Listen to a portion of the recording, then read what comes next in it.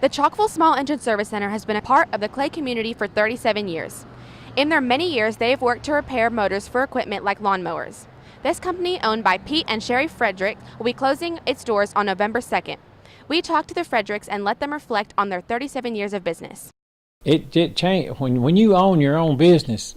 It changes your life completely, because it's not like you're working for somebody else. You can take off and do this. If you own your own business, you have to be here, or somebody in management has to be here at all times. This is the whole thing in a nutshell. This is what I wanted to do when I was a little boy.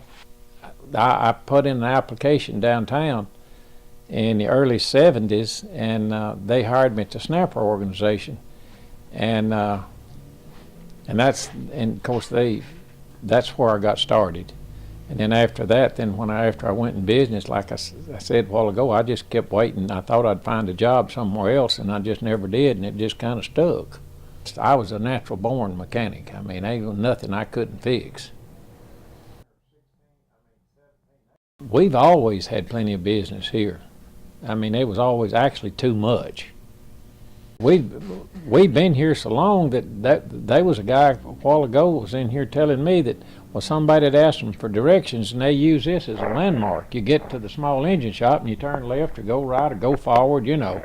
I have never seen such an outpouring of well wishes as people have been the last week, because we announced it that last Friday.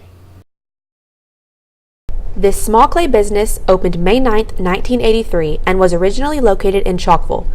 But when the Fredericks bought a new location in August of 1988, they decided to keep the name in hopes that the two areas would eventually merge into one.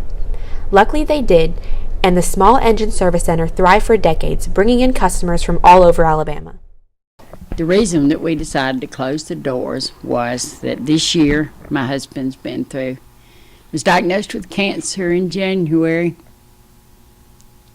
We had surgery in March, and we got to talking and decided that if we didn't go do some things while we both had some health, that we weren't going to be able to go do it. So that's why, in a nutshell, of why we're closing the doors, so we can go and just spend some fun time together with all the kids are grown and the grandkids, and